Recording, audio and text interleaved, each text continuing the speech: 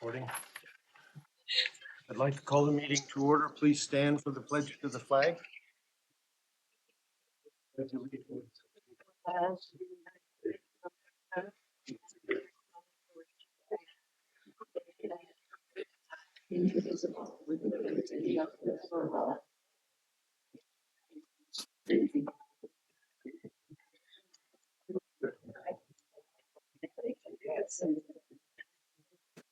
Good evening.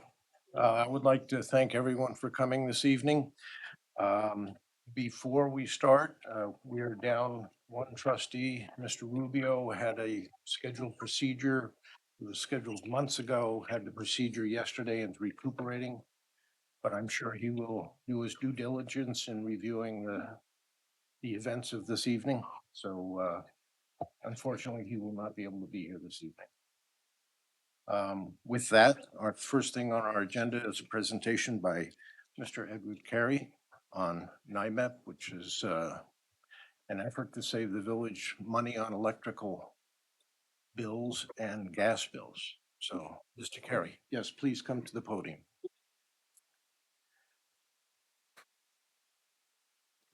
Very well informed town. I was very surprised walking in here. I know this is going to be an energy session, and I know you're really here for a solar park. I am not affiliated with that. So I have nothing to do with it. But the mayor was very gracious, and he's like, I don't know if you want to present tonight, but I'm on the road a lot. I'll give you a very brief history who I am and who I work for and what we're going to be doing with the township. Excuse me, the village. My name is Edward Carey, and I work for a company called Good Energy. My background is energy. I've been doing energy for basically since my existence. My grandfather had a big energy company. My dad was in energy, and I sort of went in that pathway and followed him. In that course of time, I got out of school, went and worked for my family, and then from there, went and worked for the city of New York. And while it's the city of New York, I was part of the Giuliani administration and part of the Bloomberg administration, buying energy. If it was gasoline, fuel oil, or low carbon off road diesel fuel. And from there, my biggest supplier was Hess, Pomerada Hess, the big gas stations. And I went and joined their executive program, went through it successfully, and then from there, I joined into a consulting brokerage firm. And from there, in Good Energy, we go after very large real estate. If it's Jones Lang LaSalle, Vornado, Rudin, whoever it might be in New York. We have 5 offices. We're in Boston, headquarters in New York City, Pure, Illinois, Dallas, and London, England. And primary of what we really do is we really go after government. That is our specialty. So we probably cover over, I'm guessing, probably 3 to probably 4,000 municipalities across the country. And, so we go after government. In New Jersey, where we cover about, I'm guessing probably another 400 municipalities. So it's Atlantic City, Trenton, Newark, Edison, all those townships, they came together as one. And we did a co-op with them, and that was through the Education Service Commission of New Jersey. And we brought that same blueprint into the state of New York. And in the state of New York, you have these different associations. So there's 61 counties in the state of New York, and that's NISAC who sort of runs that. And then you have AOT, which is the supervisor. There's 930 supervisors in the state. And then NICOM is the mayor. So there's 528 mayors in the state of New York. As I came through the opening doors downstairs, there's a big plaque downstairs right outside of the other saying NICOM, New York Conference of Mayors. I'm affiliated with that. I work with NICOM. And NICOM is an advisory group to municipalities, to mayors. They have access to all these different co-ops. If it's legal advice to, you name whatever a township has, you go to NICOM and they sort of figure it out. I handle the energy aspect of that. So we represent over 1,000 mayors and supervisors in the state of New York. And what we've been doing is we do these large co-ops. For electricity, natural gas, and demand response. That's our specialty. And we cover places all around the state. Literally about every one in the course of 2 months, I will circumnavigate the state several times a year. So if my week starts off in New York, I go to Binghamton, Buffalo, Rochester, Syracuse, Plattsburgh, Albany, and then back down, and then everywhere in the middle. And we're looking for different energy projects. So Long Island is like a couple of years back, probably about, we had a huge natural gas consortium between Nassau County and Suffolk County, and it was called the Long Island Purchasing Council. And then we had 97 political subdivisions that benefited, mostly Board of Educations. And it was a natural gas consortium. They, do the Costco theory, buy in bulk, get a discount. Couldn't do electricity here. We can do it all throughout the state, but you couldn't do it in Long Island, Zone K. And that's all just changed in the last 2 years.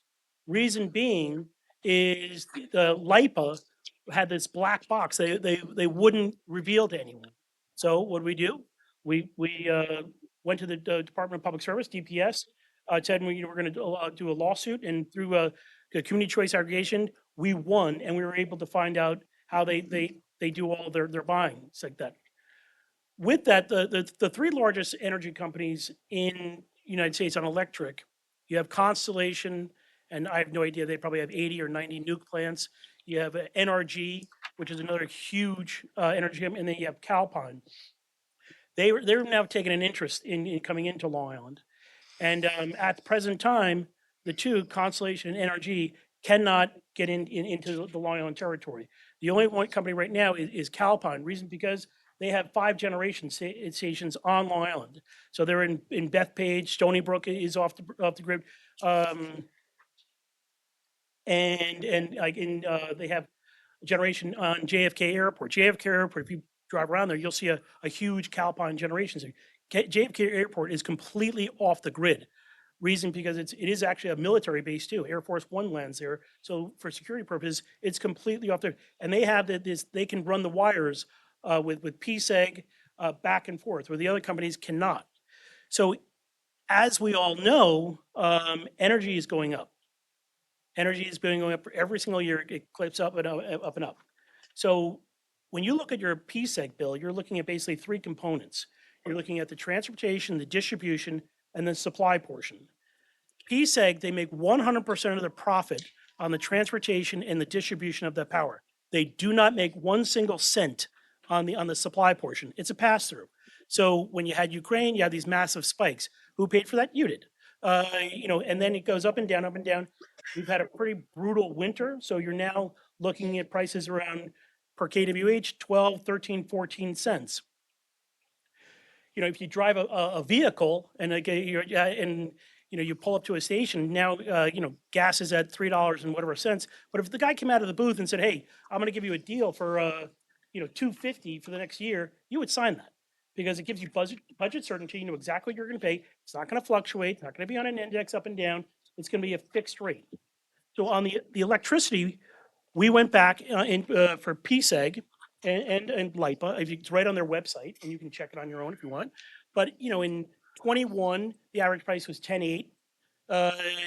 Then at 22, because of Ukraine, we were at 13, 12.8. 23 was again 10.29, and in 24 was 11.04, and then just recently in 25 we're averaging above 12 cents.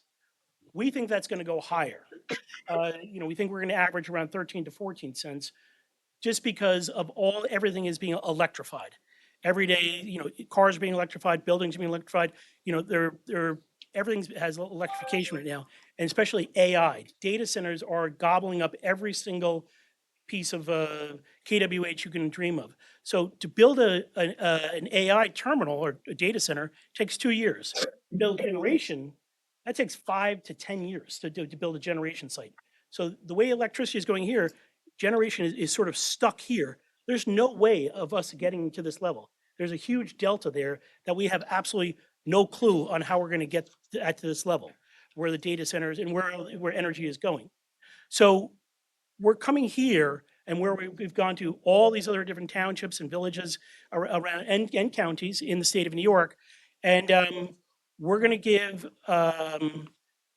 West Hampton Beach, we're going to lock in a portion of we're saying not going to do 100%. We're going to lock in a portion of the electricity. It's a seasonal hedge, so we would like to go in, hopefully in May. So we're going to lock in 50% of this. at a number of like 9.8, maybe 10. We're going to be about a penny cheaper than what the utility has been offering you for the last 5 years. So with that, we were doing this, the people have already passed their paperwork, and like, you're not alone in this. I mean, East Hampton is going forward on this. Southampton has done their paperwork. Nassau County is looking at this. The town of Hempstead has already approved all of this. Brookhaven is taking a look at this. So you're not alone in this. You joined NICOM because you wanted that partnership on how to do efficient government and get into these co-ops. That's why we're here today, because of the NICOM partnership. So we're looking at where, again, it's population-wise, like Town of Hempstead, they're gonna get, a $550,000 savings on their power. That just because of population. Here, obviously, it's a very seasonal type population here.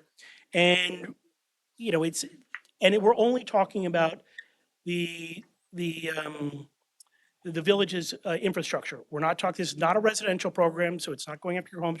It's only for the assets of West Hampton. So this building, to be exact. And then other stuff. You did have, we just did an audit for the mayor, and we found out that there was a bunch of stuff on your books. But then the county took it over, so it was good that you went through the audit already, so you don't have to pay these charges. I mean, there's multiple things. You go in, you'll see an exit sign. The building's gone, but you're still paying $10 a month for that exit sign, and it goes on for years. So it's little things that, help you save. But we're looking at a savings for the town. Again, I'm only doing 50%. We're not doing 100, but little by little, the more you get comfortable, hopefully we do move forward. You're looking at about a $5,500 savings from, it may about $5,000 savings from, I don't know that your exact expenditure on your buildings would probably, you're looking to knock off between 15 to 20% of your current bill. That's what we're here to do. Nothing's going to change. Everything still goes through PSE&G. There's just going to be a line item there, or we could do it even cheaper. It could be a dual bill. We're going to take over the supply portion. We're not taking over the transportation and distribution. Reason being, because the utility has the monopoly on that. We're not allowed to touch that. So if a telephone pole over went down, or a wire got hit by whatever, PSE&G, that's where they make their money. They're going to repair that. It's all of their assets. That was a quick one, as very fast as I could go, but does the council or anyone, general public, have any questions?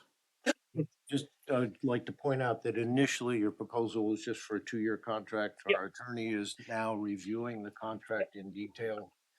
And the potential savings is about 10%, as we've. Well, yeah, I mean, the commodity changes every day.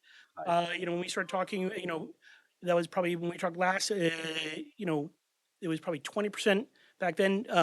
I'm not gonna do something now because energy's up, so I have to wait a little for the market to come down. But I would like to, you never want to use the word guarantee, but yes, 10% is easy to hit. I would prefer 15 to 20 to make sort of a splash.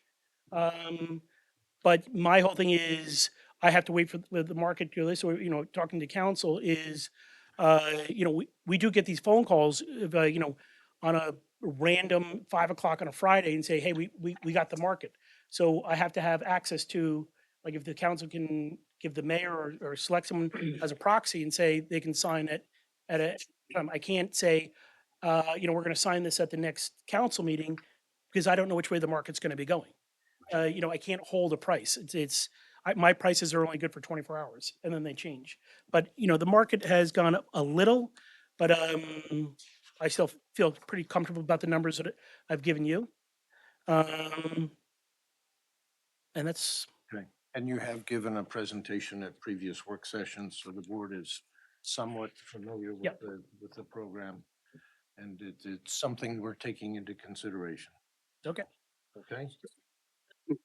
Thank you. Thank you very much. Thanks. The next thing on our agenda is a public hearing on the consideration of ratifying an existing agreement with the CVE lease. I need a motion to open the public hearing. Motion to open? Second. All in favor? Aye. Aye. And This is a public hearing, but we do have a preliminary um, explanation by our village attorney. So I would like to have Mr. Angel give some introductory remarks to the public hearing. Okay, thanks, Mayor. Um, If somebody could move the podium so that it faces toward the board rather than toward, because this is, people are going to be speaking to the board. This is a public hearing involving the ratification, this involving property at 172 Old Country Road, and the property, as everybody probably knows, is not within the geographical confines of the village of West Hampton Beach. The property was leased, or a portion of the property, approximately 11 acres, a little over 11 acres of a 13-plus acre parcel, was leased for the purposes of what's called a solar farm or a solar array or a solar field to a company called CVE North America, Inc.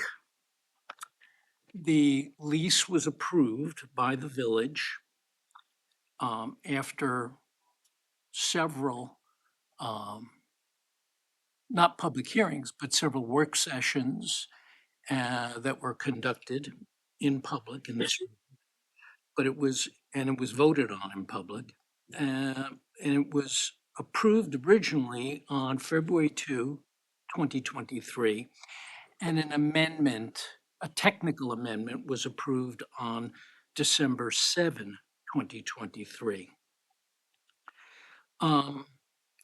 These approvals, as I said, were after several work sessions that were conducted in this room. And actually, CV North America was the second entity that was trying to convince the village board to enter into a lease to produce energy through a solar field. The first one did not have as good a proposal, and ultimately CV North America was chosen. Now, the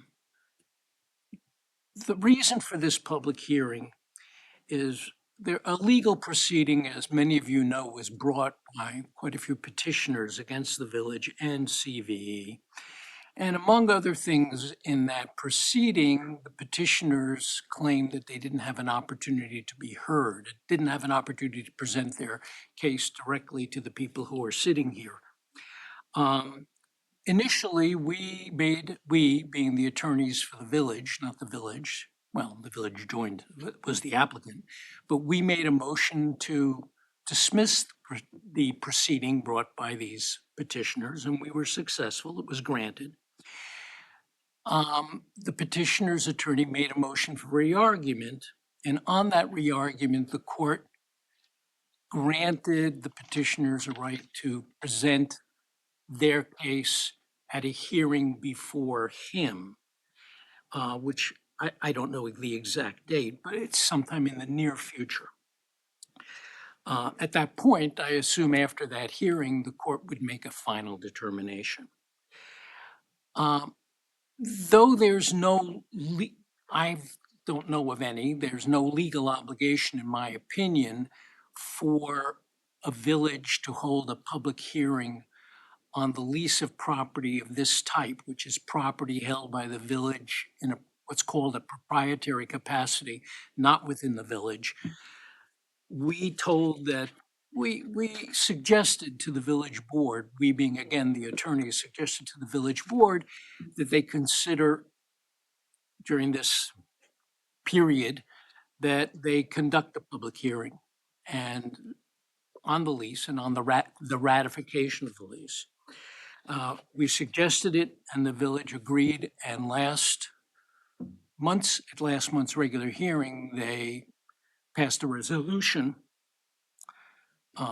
setting the hearing for today. And this is where we are.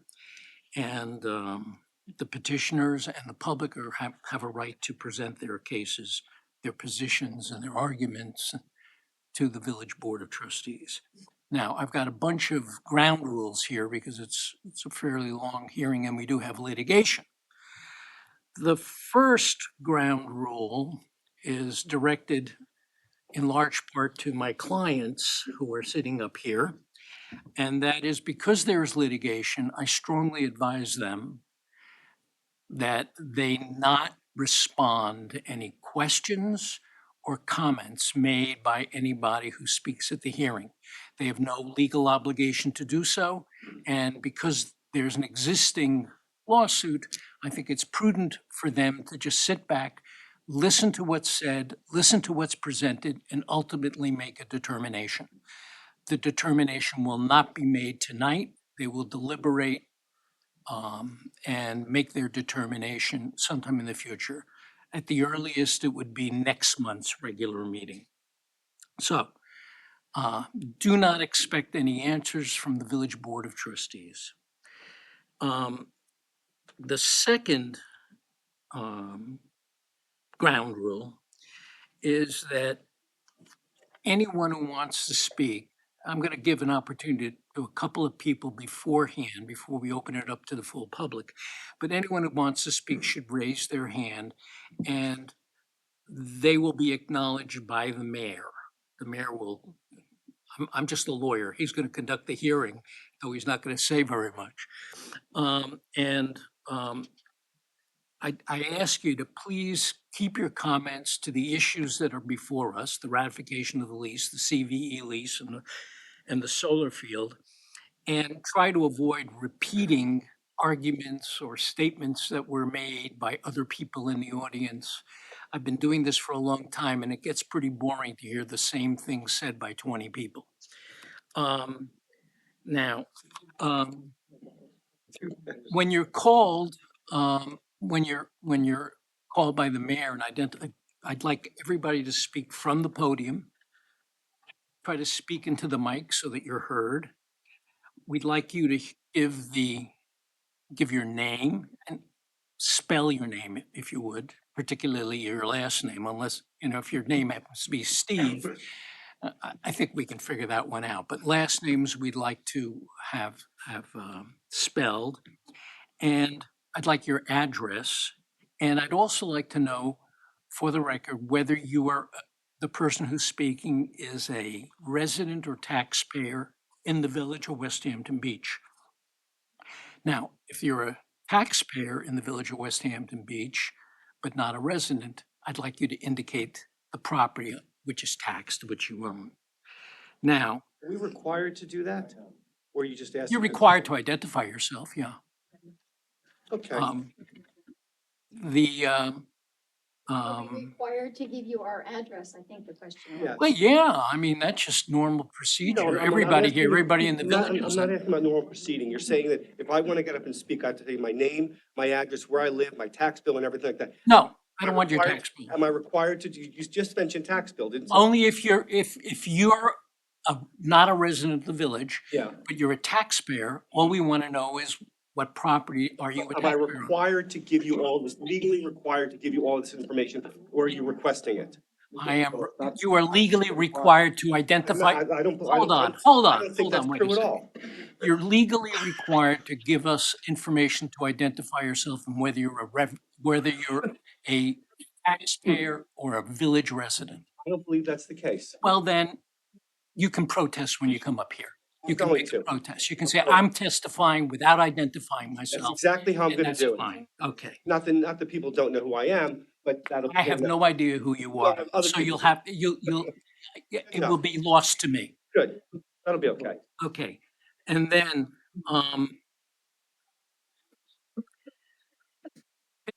in the legal proceeding made an allegation, particularly against one of the board members, Brian Tiemann, who's sitting at my side. And I just want you to know that when in my involvement in the proceeding, all the way from the beginning until the end, and I was involved in all the meetings and all the hearings, meetings and all the negotiations and the communications, there was no indication that Brian acted other than as a member of the 5-person board of trustees. But notwithstanding that, we have advised Brian that he should recuse himself from this proceeding. And I think he's agreed to recuse himself. And in that case, he's probably not going to, he's not going to participate at all. He'll leave the hearing and not even listen to this. Why is that? Now, okay, that ends my initial comments. First, I want to know if anybody is here representing CVE. Do you want to speak? Sure. One more question. You mentioned the village as the defendant in this lawsuit. Who is the plaintiff? A number of people. Is there a group organization? Is it an organization? Is it? Well, look, wait, I'm not taking any more argument. When you come up, you can ask your questions. If I can answer them, I will. If I can't answer them, I'll tell you. Just trying to You're out of save luck. time by asking questions people are going to ask when they Yeah, get well, up. listen, it's a formal process. There are a lot of people here. I'm not going to have a dialogue just with you. We're going one by one. Thank you. I would like just to state that I would like everyone to respect each other, and we will listen to individuals, and I will call upon people. If I apologize, I don't know everyone in the room. I will try to indicate the person to speak next as best I can by pointing. I hope there isn't any confusion. If there is, I'll try to rectify that.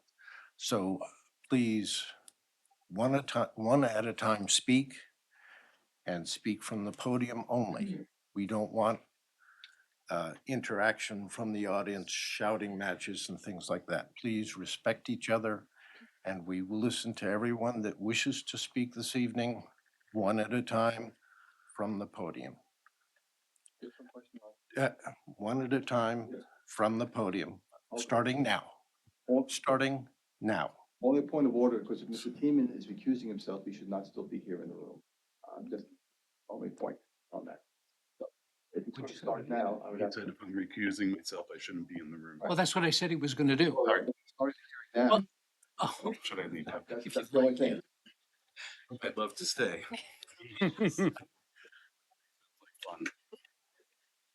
And I should let you know that I think that for purposes of clarity, I've invited, I don't even know the gentleman's name, he'll identify himself. But I think the next person before we open it up to the mayor should be somebody who speaks for the petitioners group. For example, the Great. attorney for the petitioners Yes. group should go next, and then we'll open it up to the public. I think it makes more sense to do it that way. I hope Thank you. everybody agrees. Yes. Ready? Okay. Give us your name. Sure. I'm Stephen Engelman. It's Engelmann.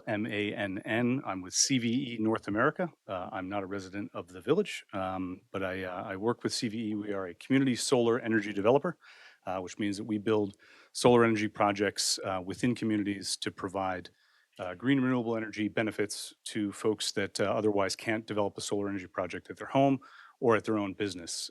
So this is under an existing New York State program where green energy is fed into the grid and it can be monetized by local residents and local businesses. And that's what this project would intend to do. CVE intends to work through the Town of Southampton Planning Department. We believe the solar farm as proposed meets the Town of Southampton zoning code and is our full intent to work with the community, to work with the village here, and of course to work with the planning department at the Town of Southampton to build this project. Happy to have dialogue and to kind of continue to work with the community to bring about what we think will be a benefit to the community and a benefit to the site in terms of work that would be done and wildlife items that we will be implementing at the site.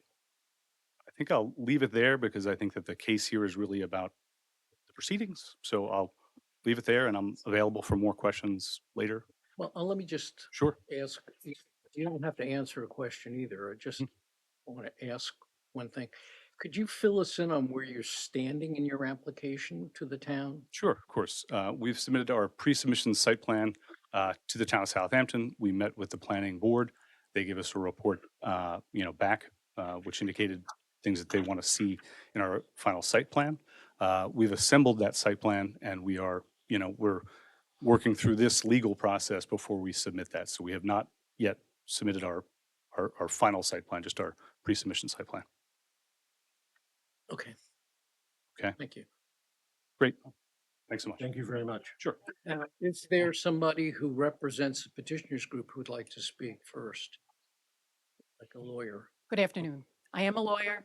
I am also one of the plaintiffs, but I think that the plaintiff's attorney is going to defer to me. So I do have a prepared statement and I would like to enter that into the record. Thank you. Oh, okay. Could you tell us who you are?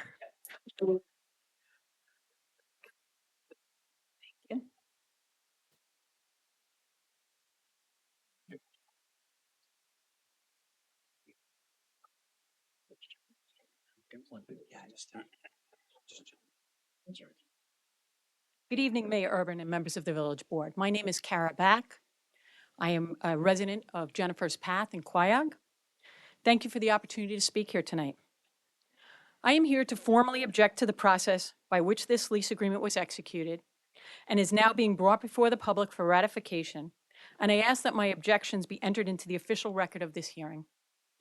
By proceeding in this manner, the board has effectively predetermined the outcome without fully considering the potential environmental impacts as required by law. Under the State Environmental Quality Review Act, otherwise known as SECRA, an environmental review must be conducted before any discretionary action is taken by a governmental body that may have an environmental impact. This includes long-term leases involving governmental property, and if the lease may have an environmental impact, SECRA applies regardless of the capacity in which the government holds the property. In this case, the lease represents a discretionary action and should not have been signed prior to the completion of the SECRA process. SECRA is intended to inform decision-making, not serve as post hoc justification for decisions already made. I want to strongly oppose the ratification of the lease that would allow a commercial solar company to clear-cut 13 acres of land directly adjacent to my neighborhood and on land that is a wildlife corridor to the Quogue Wildlife Refuge. While I understand the importance and desire to promote renewable energy, this project comes at a high cost to our environment, our quality of life, and the very character of the local community. The removal of 13 acres of trees will not only destroy critical green space forever, which is becoming increasingly scarce due to the southern pine beetle infestation, but it will also permanently impact the local wildlife.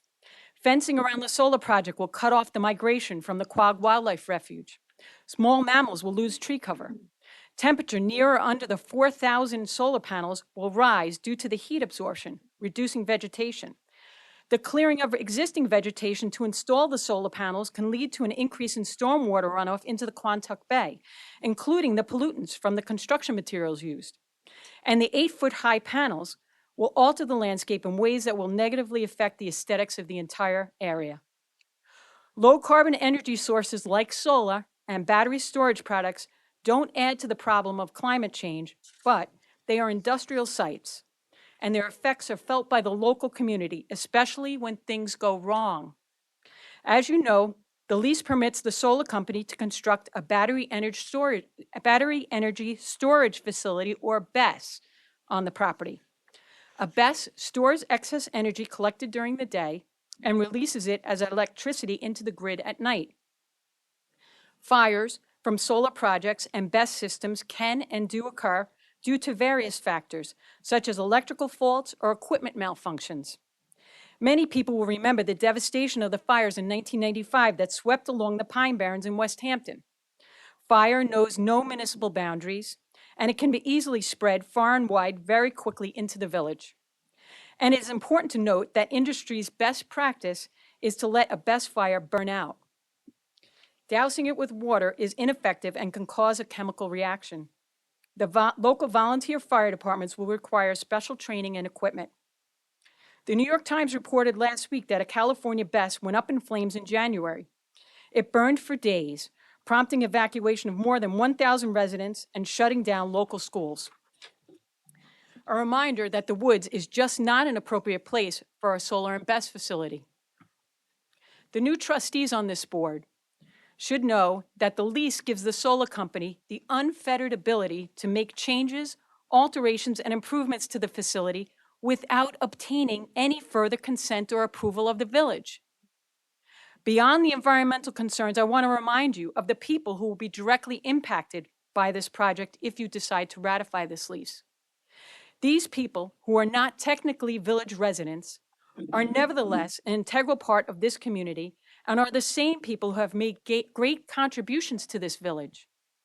I would like to introduce you to the contributions that these residents have made and continue to make to the village and surrounding community. My neighbors on Jennifer's Path are your local West Hampton Beach volunteer firefighter who responds to emergencies in the village, a lifeguard at Rogers Beach, ensuring the safety of local families swimming in the ocean, an award-winning school teacher at the West Hampton Beach High School, the director of the West Hampton PAL, a youth sports organization serving the West Hampton Beach area, a Southampton Town police officer. 3 residents are active members of the West Hampton Presbyterian Church. I myself am a church trustee. A nurse at the local nursing home facility, a member of the Air Force working at the Gorbeski Air Base, a village code enforcement officer, a small business owner operating in the village, and me, an employee of the town of Southampton. These are the very people who make the village of West Hampton Beach and the surrounding community a better place to live, work, and raise a family. These people may not be able to vote for you, but they serve and support this community every day. And as the reward for the many years of service and support provided to the village and the surrounding community, these neighbors who have lived here for decades will no longer look out their second-story windows at treetops, but instead they will see rows and rows of solar panels. Instead of hearing the rustling of leaves and birdsong, they will be subjected to the constant low tonal buzzing of inverters and transformers from sunrise to sunset whenever they are in their yards 365 days a year. In addition, there will undoubtedly be a property value impact, as these solar panels are proposed to be placed within 100 feet of our backyards.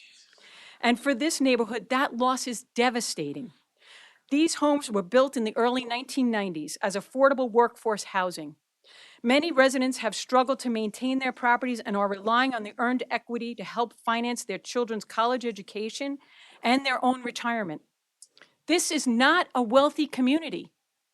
These are modest homes, the very type of workforce housing that the town is trying so hard to develop in order to allow people to live in the same community where they work. This solar project puts that vision at risk. The property is located in a recreation tourist zone. Contrary to your attorney's claims that the village was asleep at the wheel, there is no way for these neighbors to know that one day there could be an industrial facility constructed on that property.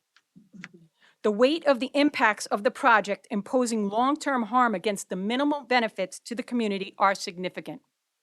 The village will earn between $22,000 and $44,000 in annual rent, a relatively small amount, less than 1/4 to 0.5% of the village annual budget, and an amount that the village's appraiser stated was undervalued. Meanwhile, only 400 people will receive up to a 10% reduction on their monthly electric bill, about $25 a month. Jesus. And because the power goes into the grid and priority is given to low-income households, it is highly unlikely that many, if any, village residents will see this benefit. So, I ask you, who is really benefiting from this property, from this project? The developer, a French company, CVE, assigned the 35-year lease to a newly formed LLC, whose only holding is the lease itself. If the LLC walks away from its responsibility to decommission the project at the end of the lease, who will foot the bill? The village taxpayers? So I ask you, is the village's modest financial gain from this project worth the long-term environmental damage, the loss of quality of life, and the financial strain on the neighboring homeowners? Once the trees are gone, they are gone forever. Once the solar panels are installed, they will be here for decades. I am asking you to not ratify this lease and that you find other ways to support renewable energy, ways that do not come at such a high cost to the environment and the people of this community. I request that you acknowledge the procedural violations and take the necessary corrective actions to comply with SECRA, including rescinding the lease agreement until proper environmental review and public participation has been completed. Thank you.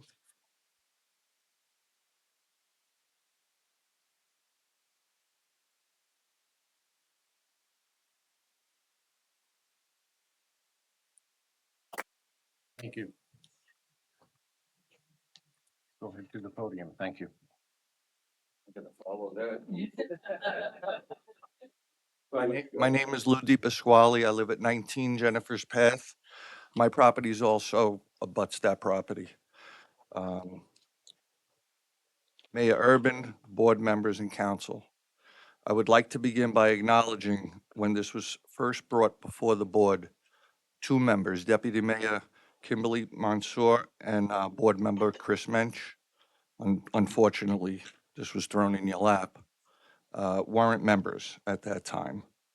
Looking at past video, I also concluded that Rob Rubio, who I hope everything works out for him, and even you, Mayor Urban, you had really no interest in the meetings related to this mess. And that's what I call it, a mess. Kara, I couldn't have laid it out any better of why this is a terrible idea to ratify this lease. I'm going to ask a question. I know I'm not going to get an answer. Did you ever think about the residents that would be living alongside the industrial facility? I would like to answer, but Sure. Ralph? I cannot. Yes. Okay. These questions are directed at legal counsel. Why did you think the environmental study wasn't needed? I'm not going to respond either. We have an existing lawsuit. There's a forum for all those arguments. Okay. Do you think it was a conflict of interest that one of the board member's sisters are on the legal team representing the village? I can answer that. The answer is no. But Oh, that's fine. You answered it. Board member sister. Why wasn't there? wait, Sure. go ahead. Excuse me, anyone from the audience, I would like you to please be quiet. Right. And I mean extremely quiet and respectful because we have someone at the podium that the board would like to listen to. Thank you. Sorry. Sure. Why weren't there any other bids entertained and you were quick to jump in bed with CVE? I know I heard you mention earlier that there was another company that approached, but was a bid ever opened up? Or how was CVE chosen? Again, I don't really want this to be a question and answer or. But you- these are you- you concerns. have an obligation. There's a forum for that. The Okay. Judge gave you an opportunity or your people an opportunity to have a hearing. You can raise all those arguments there. Here, this is a public hearing. The board has, once they've chosen to have the public hearing, they have the obligation to listen to everything that you say. But just generally, they don't have an obligation to respond. But in this particular circumstance where there already is a lawsuit and we don't know where that's going to end, I really don't want them to respond. I have to, we Understood. have to be careful. We have a lawsuit. I don't want them to comment, and I really don't want to comment on the Okay. lawsuit. I just think To the that extent I can. this needs to be put out there also. These are Yeah. questions. That's all. So, Yeah. I think the village received bad legal advice, which up to this point, the village residents paid $30,126.09. Up to this point, that's what has been paid. And we're just getting started because we're not going to be going away. We have our first court date on June 15th. The village residents also need to be reminded that in the event that the facility is built at the end of the 25-year lease, if CVE decides to walk away from it, the village residents will incur the cost of the decommissioning of the solar farm. That's another misstep by the village legal team who thought this lease was a good one. I honestly think that if the board wants to avoid even further legal battle, they should rescind the lease and work something out with the developer. Unfortunately, the ball's in your court, and we are hopeful you will vote to not ratify this lease. Thank you for your time.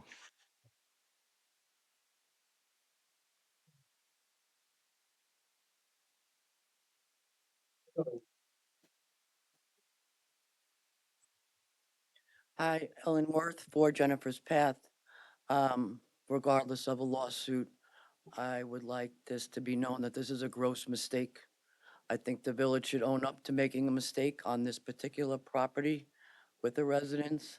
There's information now coming down with solar and battery that it does not go next to residents. And I think you need to suffer the consequences of what they did, but just void the lease. It's wrong. It's wrong. It's a gross mistake. Doesn't need to be a lawsuit. Just don't ratify it, void it. You made a mistake. Thanks. Thank you.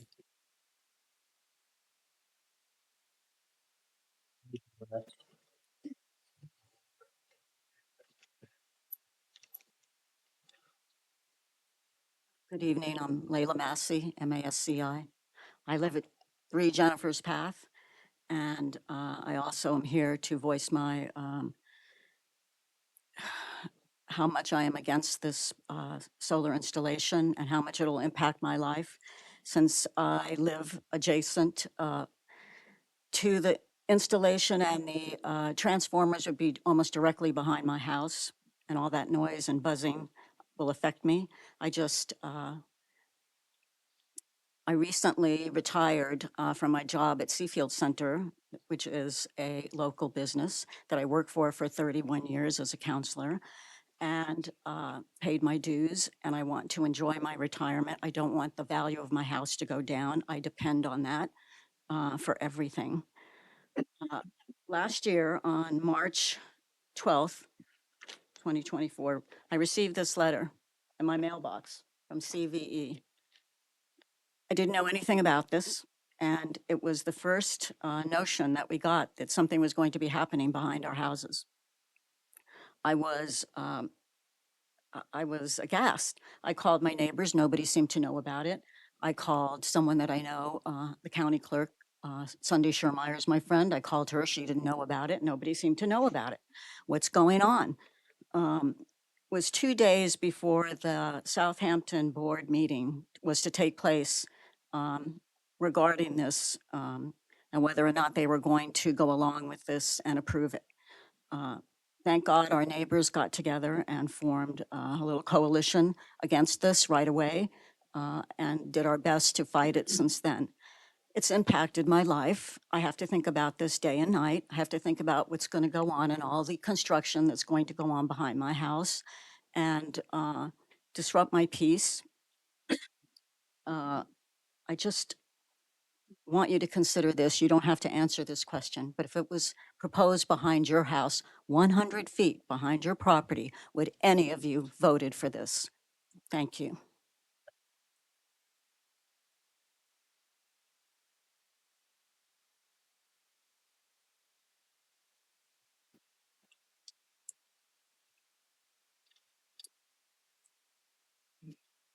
I live in West Hampton, not West Hampton Beach. I'm not interested in giving my name. I'm sure you know who I am. We do not know who you Well, are. Ralph knows who I am. Well, it's not on the record. Okay, then I'm speaking anonymously. Okay, Don't have to hear from you, but we're nicer than we appear to be. really? Go ahead. Really? I don't believe that's the case. First of all, I live adjacent to county land. Maybe I'm next. They report from Jennifer's Path that it's going to be 100 feet from their house. My neighbors, where I'm zoned, I don't think my neighbor's house on both sides, in the back, I'm adjacent county land. My neighbors, nice people, aren't 100 feet, are more than 100 feet from me where we live. 100 feet, that's ridiculous. This is industrial. We know it's dangerous. We know there are problems. 13 acres you're going to clear for a little bit of electricity. Are you really that concerned with solar? Is the village, if the village is really concerned with solar, my question to you is, does this building have solar on it? And I think the answer is no. You have other storage facilities up on Riverhead Road. Where else do you have another yard? Is there any solar on those buildings? I'm gonna say no. I haven't seen them. At the airport, they're building massive buildings. Is there a requirement for those commercial structures to have solar on them? Is there anybody here from the building department that can answer me? I don't think. Excuse me, but we're not going to answer questions. question. Please make statements. I'm making statements. Please make. I'm making a statements. Thank statement. you. Thank you. I don't see any Continue. solar there. As a resident of the village who wants solar, I drove by your house today, Ralph. There's no solar there. Rob Rubio, who's another member of the board who's not here, I'm sorry he's not here. He knows me well. He owns a huge business out there. Must have an acre, a building's half an acre big. No solar on top of that. No solar on his house. Why aren't we putting solar in places where it's not going to affect the environment? It should be, any new building in the village should have that. That's the first place to start. If it's true that we're saving $22,000, then raise the beach permits another $10 and you'll get your $22,000. The other thing that's pretty disturbing to me is that you were the only trustee, Ralph, here today that was here when this was voted on. There were no other trustees that were on the board at that time. Maria's not here, Rob's not here, Brian had to leave, Steve's not a trustee anymore. You dumped it into, those people dumped it into somebody else's hands knowing they would be gone. I just don't understand why the village isn't requiring solar. The school, why doesn't the school have solar on it? If you put solar on the buildings in the village, the commercial buildings and industrial buildings, you probably get half the solar you're gonna get out of those 13 acres. I was gonna ask how much the legal bills were, but you answered that question for me at this point. And that's what and that's only gonna go up. If you need this money so badly, there are other ways to cut costs in this village, and we know that. I am very disappointed. We live in a beautiful bucolic area out here. And you're gonna put this, it's a fire hazard, it's an environmental disaster waiting to happen, and we know that. I wasn't even thinking, I was thinking if there was something went wrong with this, that there'd be a problem. But the point that you made about the construction, those construction vehicles, what they're gonna do to the environment. This is next to the Quogue Wildlife Refuge. People know about this from all over the state. It's known. People who love animals, who care about wildlife, come here to see this. People, members of this community go for walks in the wild. Let's go for a walk. Let's go for a quiet walk someplace. You can't walk to the Pine Barrens. There's trails there. This is what we're here for. And the fact of the matter is, which I want to bring up, is that Timon recused himself and left here now. What I want to know is, he was advised midway through this whole process. Don't answer me. I'll tell you. Midway through this whole process, he was advised to recuse himself. By your own words, you thanked him for bringing CVE to the village. This was his baby. Why was he voting on this all along? Now, if he didn't get legal advice to recuse himself at that point, I think that was bad legal advice. And I guess I know who some of the plaintiffs are. And on June 15th, if I can go to court, that's the day after Flag Day, I believe, I will be there. Got very disappointed in you people, very.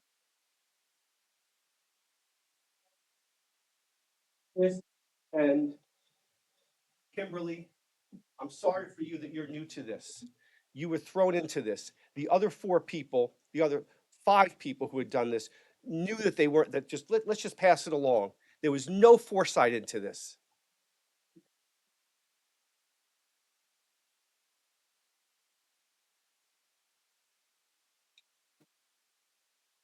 Mayor, esteemed West Hampton Beach Village trustees, thank you for listening tonight.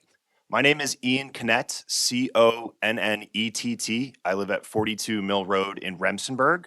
I'm a local attorney, but I'm speaking at this public hearing today in my capacity as a local citizen and a sitting board member of the Quogue Wildlife Refuge. The Vital Nature Preserve, located at 3 Old Country Road, which is an adjacent land corridor to the proposed location of the commercial solar field development at 172 South Country Road.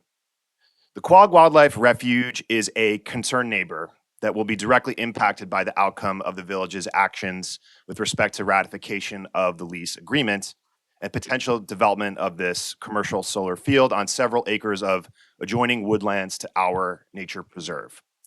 I know that most of you in this room are familiar with the important work and the location of the Quogue Wildlife Refuge, but for purposes of the record today, since 1934, we have been a trusted steward of our local environment.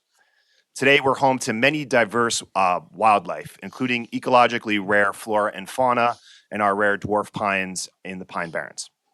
With respect to the proposed location for the solar field at 172 South Country, we are here today to request the preservation of this property and to not ratify the lease agreement. As stewards of our environment, it's essential that we protect these interconnected parcels of land that sustain our native species.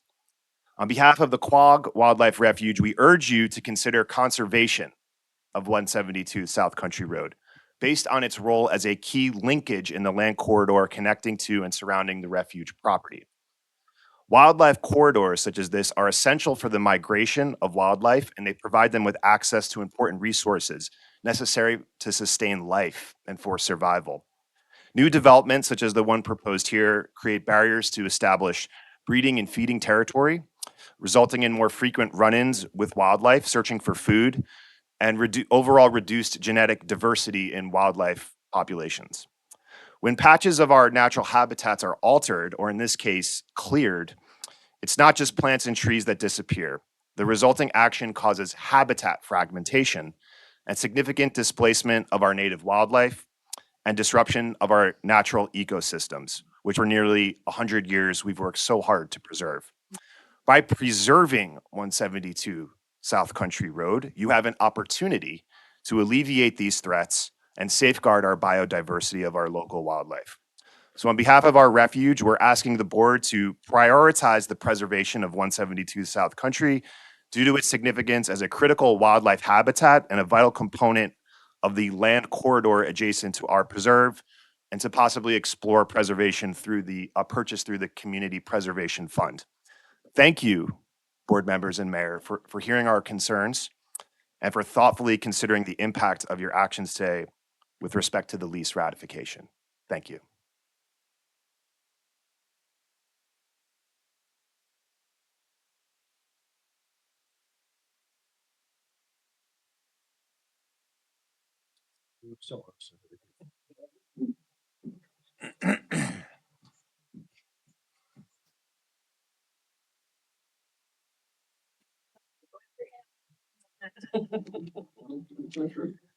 Hi.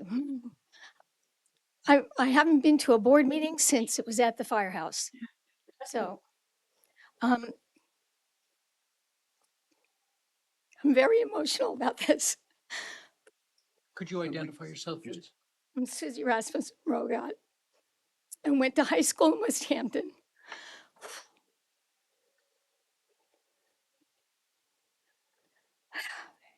And the environment here is so special. We really need to be the conservators, and we really need to preserve what we have. I did a lot of research, and I'm not going to be able to read all of this, but I'm going to give everybody a copy, and I'm going to email it to you so that you can click on the links and you don't have to type all this stuff in. When this proposed site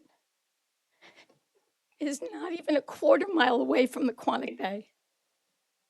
It's right by where the hospice is. It's not even a quarter mile as the crow flies. If you go to the water source, the pond by the Quogue Wildlife Refuge, it's not even half a mile. And then the Quantic Bay that's right next to it. These solar arrays, from what I never knew this, they raise the temperature of that whole little area and create these little microclimates. When the water hits them, it's going to sink into the ground, it's going to go into the Quantic Bay, and it's going to increase the temperature of the Quantic Bay yet again. So now we're going to have no clams, no scallops, the fish are going to change, the aquatic birds are going to go change because we don't have the same fish that we used to have. I mean, in my lifetime, I can't believe how dead the bay has become. When Steve Frana was my lifeguard at Jetty 4, we used to leave the beach. Mom would pull over. We'd go to the bayside. I'd run across the beach and have to dodge all the hermit crabs. I haven't seen a hermit crab in I don't know how long. We'd put our feet in the bay. We'd go like this. The water would kick up all kinds of silt. I'd pull out 6 clams. All the little minnows would come and peck at my ankles because they were eating whatever I kicked up. A scallop would swim by. I'd look out in the pilings and see 5 or 6 starfish hanging on them. I went there the other day. My husband and I went for a bike ride. There was not one live thing. Not one. It was stunning to me in my lifetime. We have to start looking at this. You guys are all local people. We have to start saying no. You know, I'm a proponent for solar. My neighbors have solar, Frank and Eliza. You know, and it's great, but it's on their roof and it doesn't have any down effects. What about at the county center where they have those carports with the solar on top of them? Put those in the high school. It'll stop the kids from zooming around and going crazy with the cars. Put it on the roof of the yeah, well, I did it. I'm joking. I did it when I was a kid. Put it on the roof of the elementary school. Put it on the roof of the high school. Put it on the roof of the fire department, although that's probably not our property, right? Something. Whatever. I'm just saying. All right. So anyhow, I mean, there's a lot of impact here of details that I'm one of the things I'm really concerned about also is, okay, let's build the solar arrays. Are we going to hire a landscaper to come in and keep all that vegetation down? All the vines that are going to go around it and then get on top of those solar arrays? Because I'm thinking that we're not going to do that. I'm thinking they're going to spray an herbicide that's going to go right into the groundwater and right into the bay.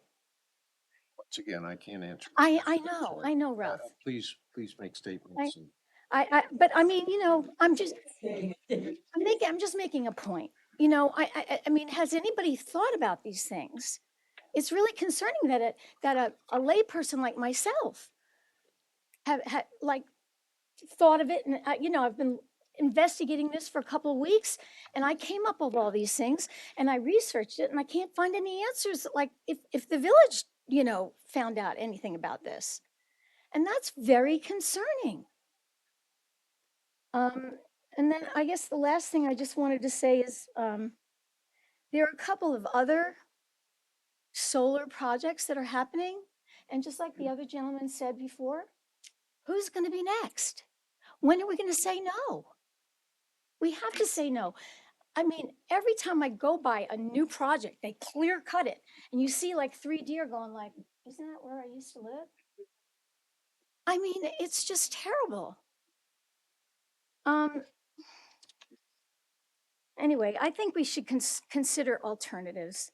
You know, I really think that this is not, when you clear cut, it's a problem. It's a problem many, many, many ways. So thank you. Sorry.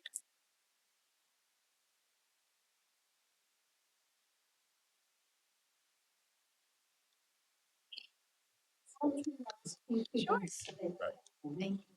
Thank you. The last attorney was very tall too, but he not as flexible as you to keep bending. So, been up there in age like that. Hello, everybody. Mr. Mayor, Mr. Board. No, you're ready. Go ahead. Go ahead. Great. My name is John Lynch. I'm at Lynch and Back. We are attorneys. We have a local office right here in West Hampton Beach. A very nice landlord. We're there at 99B Main Street on that. I am the attorney who is representing the petitioners who have brought the lawsuit against West Hampton Beach.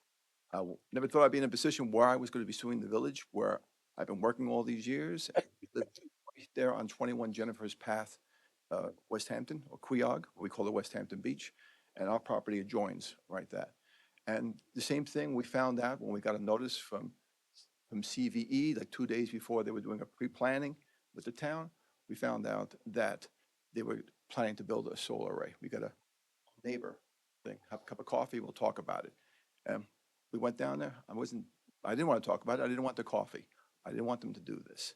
And a lot of the other neighbors as well felt the same way, because this is going to be a industrial commercial solar facility built right behind our houses. There's questions about what's the health impact on that. We don't want to be the guinea pigs to find out that if you live there 10 or 12 years, like we did with power lines, that people can start getting cancer or any kind of illnesses on that. That's why we have to make this fight, because this is our family, our friends, and our neighbors. Now, I'm objecting here to the process here, just from a legal point of view, because trying to ratify this lease without doing secret, as Kara has pointed out, is incorrect. It's bad law. You can't do that.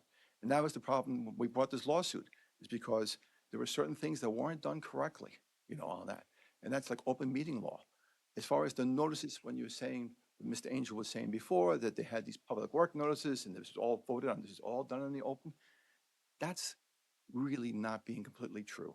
Because with these public work sessions they had, they had the wrong address of the property that was being discussed. They didn't, and also there was 2 of them on the records. No minutes were kept in it, no video. For 3 years, minutes and video of all the other meetings are kept. None of these 2 particular meetings, none was there on that part. Then when we found out, when I watched, and another point is that there's no posting of a sign for this meeting, not at all. And I know some people called me and they called up to hear, to ask about the hearing today. And the office said, there's no hearing. There's a board trustee meeting, but there's no hearing on that. And some people called me and said, no, there's a hearing. And if you look at the agenda for the hearing today, it's the same thing you guys have been doing before. You put down just one little line, ratification of CVE lease. I know what that's talking about, and I missed it the first time. My wife had to point it out to me, which she's smarter than me, but she had to point it out to me where it was. It was right the little line on the top, on that. Who's going to know, what that's about? That's about building a lease, about having a solar facility built right next to residential properties within 100 feet. Also in the lease itself, sorry, Mr. Angel, but you missed the fact that they were allowing for a battery electronic storage system to be in there. They were surprised when they found out that was going to be allowed. That is an extremely dangerous unit that's going to be there. Right now, the town of Brookhaven just suspended all applications for these baskets to be built because it's fire. We're an island, Long Island. If these fires take off, there's no evacuation. And the evacuation plan they have is to evacuate everybody from a mile around if these things go on fire because they can't put them out. But this lease that was written allows that. Now, when I watched the video of the meeting on February 3rd, when they did the allowing for the resolution to allow for the mayor to sign the lease, not one person talked about the impact or the consequences to the people who lived there. Nobody, there was not one thought. And I can't believe that no one was even thinking about it, that what impact would have. I'm guessing maybe if we were in the village itself, maybe you would give it a thought because maybe you're worried about being voted for on that. But since we're outside the village, we've been treated differently in the lawsuit, in the statute. They kept them pointing out all the time, well, you're not taxpayers, you're not taxpayers, you're not taxpayers on that. You have no standing, you can't complain because you're not taxpayers, which was, luckily, that's legally not correct. Luckily, we were able to prevail in court to, again, to have overturned the initial dismissal of the petition. And it's not a hearing on June 15th, it's a trial. There's a trial that's going to be done. There's going to be depositions and discovery done all before this. I don't want to do that. We don't want to spend the money on that. We don't want the village to spend the money on this. This opportunity to ratify the lease, we know this is a legal ploy, it's a legal tactic on this. I mean, it's like, okay, we'll have the trial, but we already have the hangman outside, building the gallows. And I can see that it has to be probably, a far gone conclusion that you're going to ratify this lease. And I know it's, not Mr. Chris's fault or Kim. They were not on the board. And I'm not saying it's your fault, Mayor, as far as, I don't think anybody really followed or asked the questions that a lot of people here are asking, or even this last week about the science. Like, did anybody think, what does this mean? You just listen to what CVE told you on that, or what somebody else told you or was working with CVE and relied on that portion without doing any kind of study. You were just looking to see, oh, we have this property here and we can get some money from it. And the amount of money right now, the rent that's being paid is $4,000 a year, until this is being, to the process. Then when they're doing construction, oh, you get more money, $6,000 a year. Overall, like $22,000, a year that we paid. It can go up with some other little rolling things as far as how much money it's going to be. But for that small amount of money, you put the health in jeopardy, the health of the people who live there in jeopardy, the wildlife in jeopardy, the economic value of the houses that's going to be caused by having for 2 years construction being done for this best. No one can sell their houses there at that point, and the values are going to go down. I think there should have been some consideration given to people like that. But now, even though Chris and Kim, you weren't on the board at that time, I can't give you a pass because, like they say in politics, there are no victims, just volunteers. You guys have volunteered to be here. I mean, I appreciate all the work that the trustees do for the village. I think you do a good job in a lot of aspects. And I think you guys just missed the boat here. And I think it was just poor advice, poor execution, but this is a problem on that. And now you have a chance to try to correct what's wrong. I know there's going to be a problem.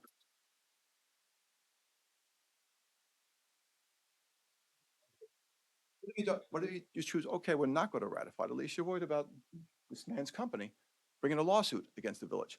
But sometimes decisions have consequences, just like elections, and the consequences of the decision that was made 2 years ago, trying to cure this now, maybe that's, I know it's a legal issue, legal reasons why Mr. Angel was doing this. He wasn't doing this to help us, but it gives us a chance for the right to be corrected and for you guys to have the courage to say, after listening to everybody and taking in the facts, look at the lease. I'm asking you to please read the lease. Do not rely just on, what people are telling you. Read it for yourself. You'll see that in that lease, they're going to finance the entire thing. They're going to put a mortgage on this property. They're financing the entire construction on that. And that mortgage then will allow them, if they default on the mortgage or anything of that nature, that mortgage can take over. And it says that the village has to sign a new lease with the mortgage holder. In the lease, it says that that the CVE at any time can cancel on 30 days notice. They can cancel the lease on that. Now you have this big solar facility constructed, but it says, oh, we have a year after we cancel the lease to come back in and take this solar thing apart. What if they don't? What is going to be left with this? This is still village property owned by the village. There's still going to be liability on this. That's not accounted for in this lease. There's no protections for the village in this lease. It was poorly thought out. It was drafted not by the village. It was drafted by CVE. Guys just signed it, without really thinking about it. Now it's a chance to correct the wrong. I ask you to do that. Please.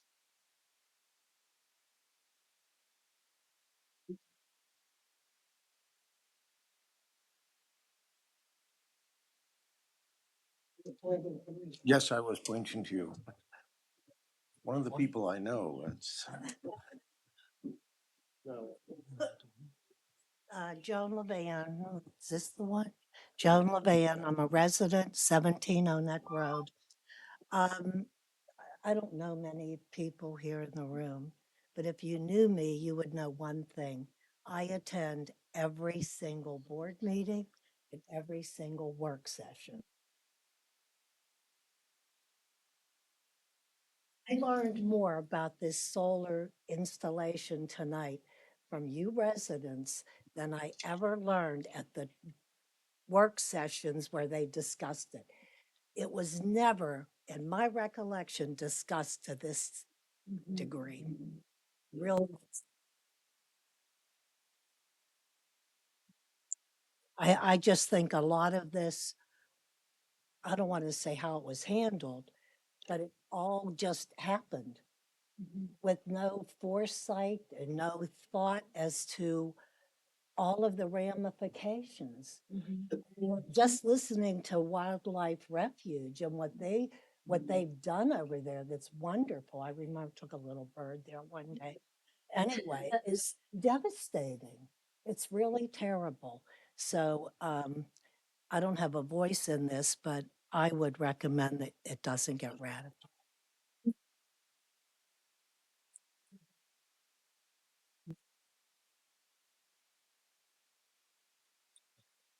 Anyone else wish to speak?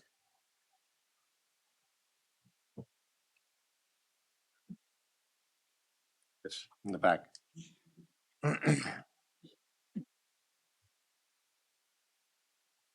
Good evening. My name is Heather Devonsky, and I am not a resident of the village. I'm a resident of the village next door in Quogue. Last name is Davonski. My family still currently resides here in the village of West Hampton Beach. And I'm here just to speak this evening with relation to everything that I'm listening to that has been put forth by the people who are plaintiffs in this case and by board members here and what's been read in the paper and the things that I've looked into as well. And I think that ultimately, I understand that this property is not technically within the bounds of the village of West Hampton Beach, but rather within the town of Southampton. I recognize that it's not necessarily for me to say one way or the other. And I recognize that many of you trustee members were not a part of this circumstance when it first came to pass. But a couple of thoughts come to mind for me, and just a few of them are as follows. Number one, I have lived and worked here for over 30 years. And I've stood in this building and other buildings before on behalf of homeowners, trying to assist them with permits. And I have I have stood here and discussed and made concessions back and forth in order to be able to move forward with permitting processes for single-family residences. And I have come up against the formidable opponent that can be the board with relation to what is wonderfully designated as, as a tree city. Here in West Hampton, everybody's proud of the Tree City USA, which has been, I think, for a couple of decades, at least. And I have stood there and just gone ahead and said, okay, we're talking about one individual tree, here or there, and had, okay, well, if we have to take that tree down, then what's getting put up in its place? And the bottom line is, as frustrating as that can be sometimes, it's important. There's a reason for it. And so I think that it's at least worth mentioning and considering that, with this proud designation for the village of West Hampton Beach as was one of the Tree Cities USA, and the standards that go along with that, and with even with the code for the village of West Hampton Beach, Section 170 of the code goes ahead and specifically talks about trees and states that there is an obvious adverse impact on natural buffers between neighbors, soil stabilization and preservation, wildlife habitats, air pollutant absorption, and the maintenance of intrinsic aesthetic qualities associated with woods and indigenous plant settings. The intention of the chapter is to go ahead and make sure that there aren't large numbers of trees taken down, and that the right thing is done. It's not for me to judge one way or the other what that right thing is, but I have a question about many acres being just clear cut for the purpose of solar fields to be put up there, and of course the battery storage that goes along with that. The wildlife refuge, I've been there with my children for over the last 30 years. I would hate to see something change in terms of the animals there, and frankly, the animals that live in the area really can't afford to have another 13 acres removed, because they're already looking for places to go. It's a struggle in the first place. So if these 13 acres were to go ahead and be cleared, where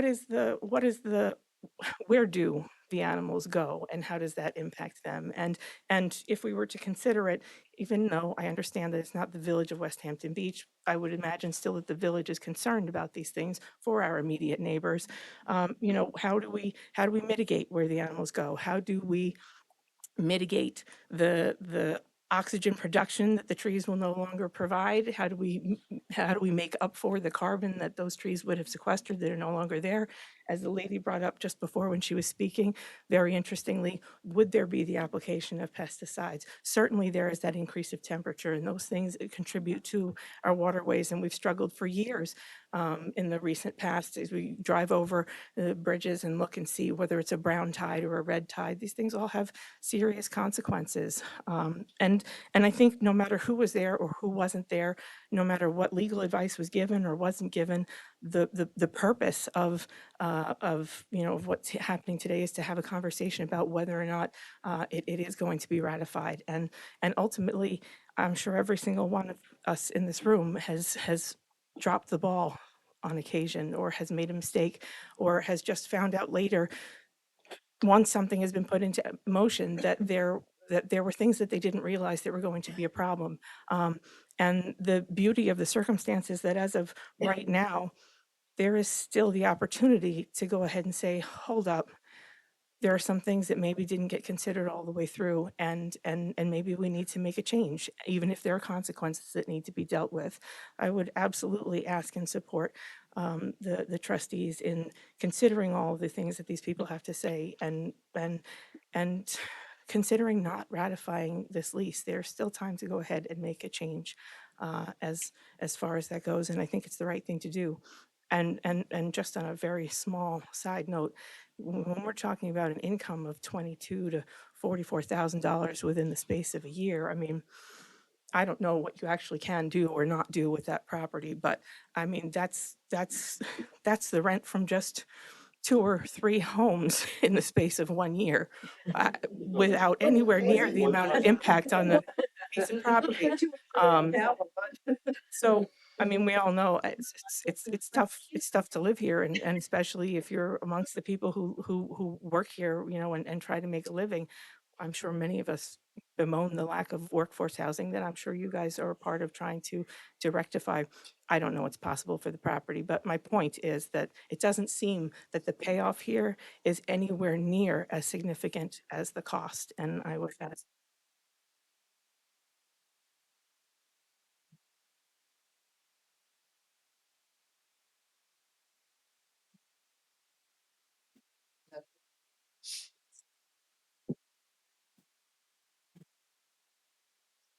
Hi, my name's Carol Fitton. I live in West Hampton.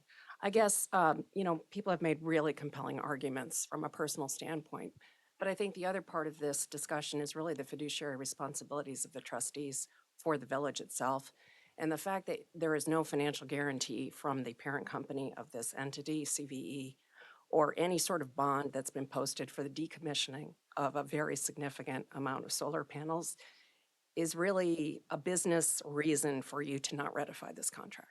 It makes no sense if you do not have a financial guarantee or some sort of, holding company, strength behind this, then you're making a financial mistake in addition to all of the other very compelling reasons from personal standpoints. So I would really encourage you to think about that instead of ratifying the contract. Really think about where the village will be at the end of this process if they would decide to walk away.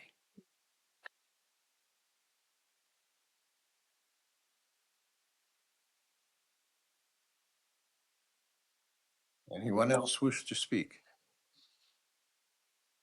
Yes. I'm not used to speaking in public. I live across the street next to the Rubio's. I'm used to noise, but we bought into noise when we bought 4 years ago.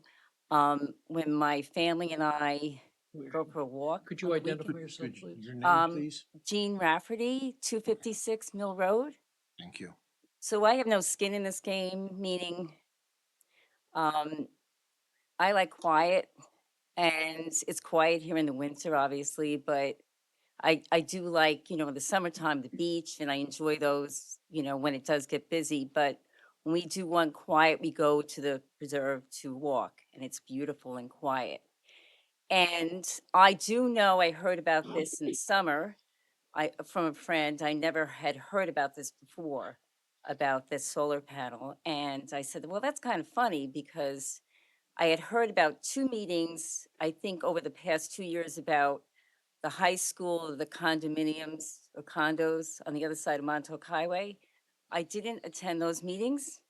I wish I did because I walk my dogs now and I'm like, oh, it's frightening. But it's neither here nor there. But I think it's really important because I wouldn't want this in my backyard.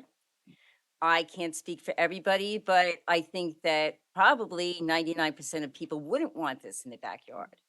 I hear, as I said, buzzing, but it's white noise to me now. I bought into it, but I don't think it's fair to not have had or heard about any kind of hearings over the past 2 years about this, especially when it impacts our environment and residential area. And I've heard about other meetings that were held publicly. So that's all I have to say.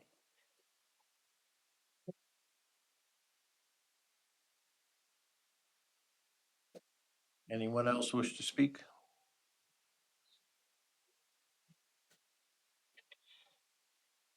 I just want to make sure.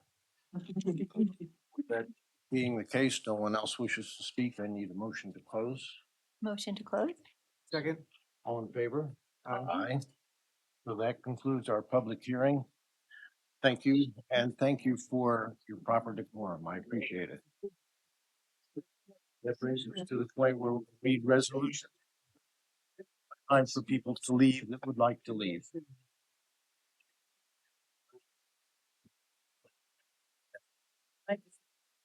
Take a 2-minute break if you want to stand, stretch your legs. Exit.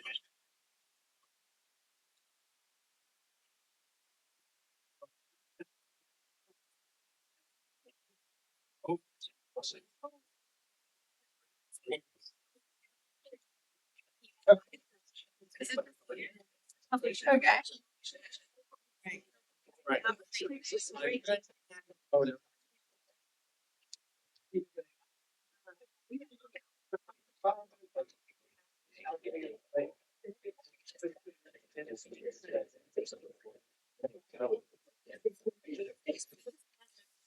Oh.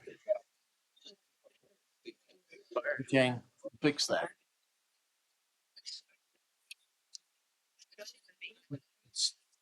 Top 11. Got a number.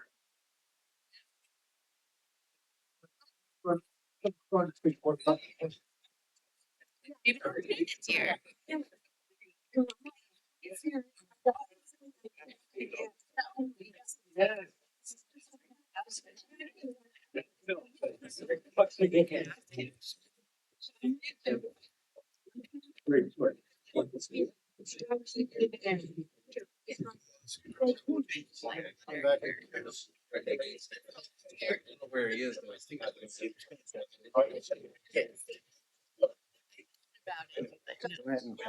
Okay, yes. Come back if he's available. Wait for him if you're. The insurance is. Mention Davis mentioned one of the points. Yes. I'm getting these right now, but I know that. You don't know that a older guy, salt pepper hair? I wish I had just 50 like that. As long as he stays good.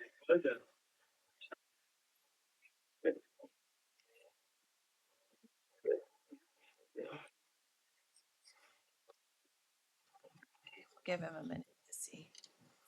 Did you get him? I just texted him, so we'll give him a minute to respond. Faster than I do. So. Not always the right words, so I have to work on it. Spell check gets me every time.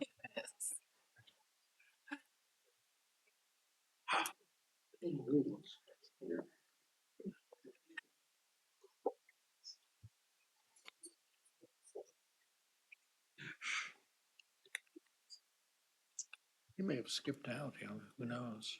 I know. Yeah. Give him a minute because I just texted him, but because if we open and we start reading, then he can't join in. Is that right? He can join in anytime. Oh. Okay, so we could go ahead and start, and if he joins us, he joins us. You have a quorum, don't you have to, you're gonna have to vote. Yes, I'll vote, and not only that, I'll even help read. Is that okay? Yeah. Sounds great. It's a long one. All right. So that brings us to our portion of the meeting where we have our resolutions. So we'll begin if Mr. Teeman comes and join us. He'll you're welcome to the podium and participate. So Kim, you want to go ahead with the first resolution? Yes. Resolved that the minutes of the Board of Trustees meetings on February sixth, 2025 are hereby accepted. Second, and all in favor? Aye. Aye. Resolved that the police department's building inspectors and treasurers February 2025 reports are hereby accepted. Second. All in favor? Aye. Resolved that the warrants for February 2025 in the amount of $415,927.06 for the general fund, $257,749.04 for the capital fund are hereby approved. Second. All in favor? Aye. Resolved that the West Hampton Beach St. Patrick's Day Parade Committee is hereby authorized to conduct the annual St. Patrick's Day Parade on Mill Road to Main Street, subject to weather, on Saturday, March 15th, 2025, from 11 a.m. to 3 p.m., subject to receipt of insurance documents. And Mr. Freno indicated we have received the insurance documents, so once they are recognized, that'll be fine. Second? All in favor? Aye. Aye. Resolved that the East End Little League is hereby authorized to use the Great Lawn from March 15th, 2025 through June 30th, 2025, Monday through Friday from 4 p.m. to 7 p.m. and Saturdays from 9 a.m. to 12 p.m. for games and practices. And the organizer will temporarily remove fencing and equipment if requested by the village. Second. All in favor? Aye. Aye. Resolved that the U.S. Power Squadron use of Village Marina for 2025 District 3 Annual District Rendezvous from Friday, July 25th, 2025, starting at 5 p.m. through Saturday, July 26th, 2024. Oh, that should be 25. 25, Yes. subject to 10 permit and fees is hereby authorized. Second. All in favor? Aye. Aye. Resolved that the Board of Trustees hereby authorizes refund payments of 2023-24 tax year property taxes and the amount of $10,957. The property owners specified on the attached list as a settlement of small claims as ordered by the New York State Supreme Court. Second, and all in favor? Aye. Resolved that the village clerk treasurer and the deputy treasurer are hereby authorized to attend the New York State Governmental Finance Officers Association Conference in Albany, New York from April 1st through 4th, 2025. The cost is $250 each for the conference, $503 each for the hotel, $100 for gas, and $250 each for the food to be paid from GL account code A1325.411, education and training. Second. All in favor? Aye. Aye. Resolved that 3 police officers are hereby authorized to attend the Bureau of Justice Survive the Thrive training from June 3rd and 4th, 2025. The cost of the hotel for 3 rooms not to exceed $593, meals and incidentals as per USGSA not to exceed $709, and gas and tolls are not to exceed $100 to be paid from GL account code A3120415, education and training. Second. All in favor? Aye. Resolved that the village clerk treasurer is hereby directed to publish and post a notice of public hearing to be held on April 3rd, 2025 at 5 p.m. at the village hall regarding a proposed local law overriding the 2% tax cap as established in General Municipal Law, Section 3-C. Second, and all in favor? Aye. Aye. Resolved that the village clerk treasurer is hereby directed to publish and post a notice of public hearing to be held on April 3rd, 2025 at 5 p.m. at the village hall on the 2025-2026 tentative village budget. Second. All in favor? Aye. Aye. Resolved that the village clerk treasurer is hereby directed to publish and post a notice of public hearing to be held on Thursday, April 3rd, 2025 at 5 p.m. at the village hall for special exemption application filed by West Hampton Beach Fire Department. Second. All in favor? Aye. Aye. Resolved that the Board of Trustees hereby authorizes the installation of fiber optic cable by Optimum at the Chamber Building in the amount of $230 per month to be paid out of GL Code A1620.405 utilities. Second, and all in favor?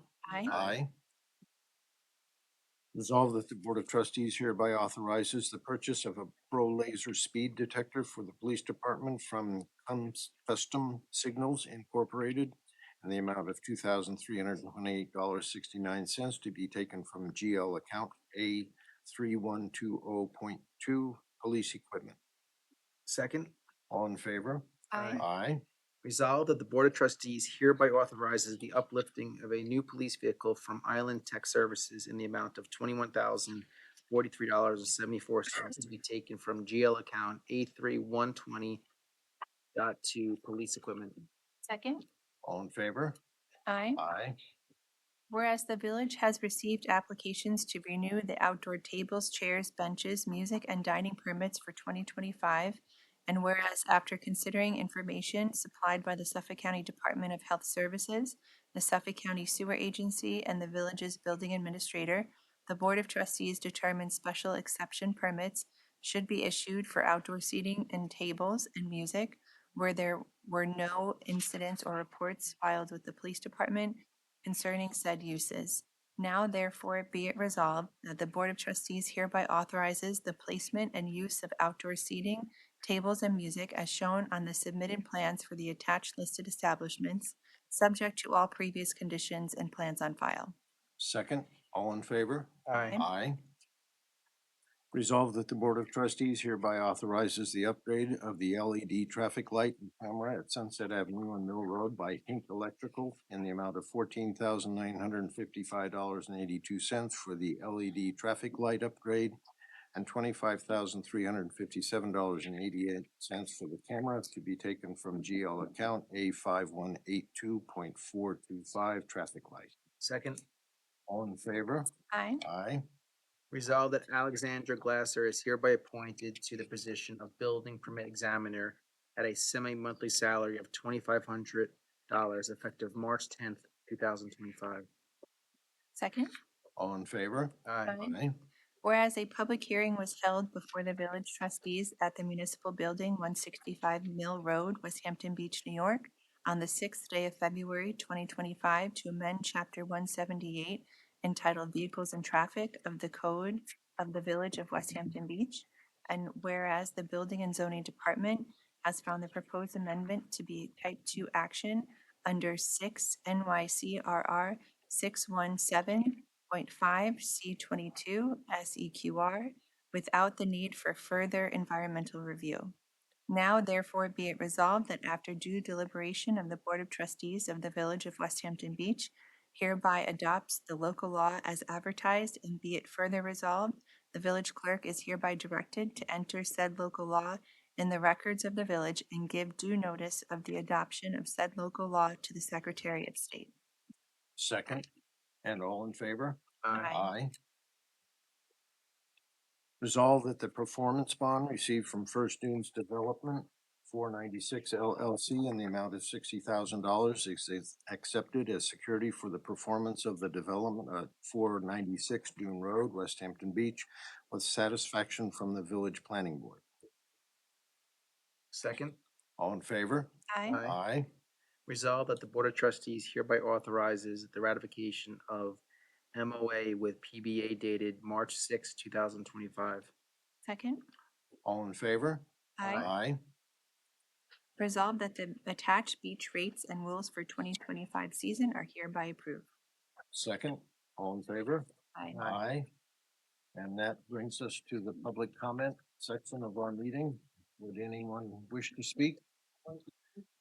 Okay, please. Last hour and a half. And I know you and I already spoke about it sort of via email. I just want to make sure. I'm looking at the list for outdoor tables, chairs, and benches, Yes. and I see the notation at the bottom about the time frame. And I know that the application process was revamped this year, Yes. but the code and the application process still don't have the same thing. And although I handwrote it on my application, the extended season is not mentioned on here. Be in the attached list. It is I don't notated see in the anything about attached. extended. Oh, I do. I'm sorry. Under individuals, I was looking at the bottom where it just gave the time Okay. frame. Okay, So that was my only question. That was the only notation. Okay. I just, it Right. makes, it's not printed on there, so I just want to make sure it doesn't. Okay. Wait. Oh, I wasn't looking at mine specifically. I was looking at the generals. Thank you. Supposed to speak? Anyone else? Okay, need a motion to close the meeting? Motion to close? Second. All in favor? Aye. Thank you all for attending. That concludes our meeting. No executive session. No, no. We're ready to go home.